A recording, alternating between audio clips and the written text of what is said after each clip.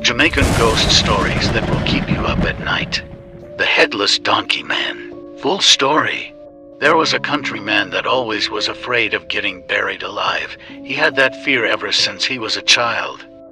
As he got older and closer to his demise, he told his family that when he dies, he wants them to bury him separated from his head. It was such a strange request, but he wanted to make sure that there was no possibility of him waking up in his coffin, screaming and bawling to be let out 6 feet underground. His family respected his wishes and buried his head separated from his body on his land. Follow Jamaican True Stories. One evening, many years after his passing, his great-grandchildren were playing on the family land. They were having fun until they heard a terrible scream followed by footsteps running towards them. One of the children saw a headless man on a donkey riding towards him.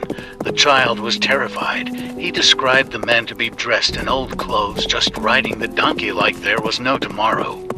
The children ran to the house scared. They told Granny what happened, and that's when their Granny told them not to fear, and that it was just Papa. She told them the story of how he was buried. After hearing the story, the children were still terrified. It is not known if anyone ever saw the Headless Donkey Man again. Like, follow, and share Jamaican True Stories for more.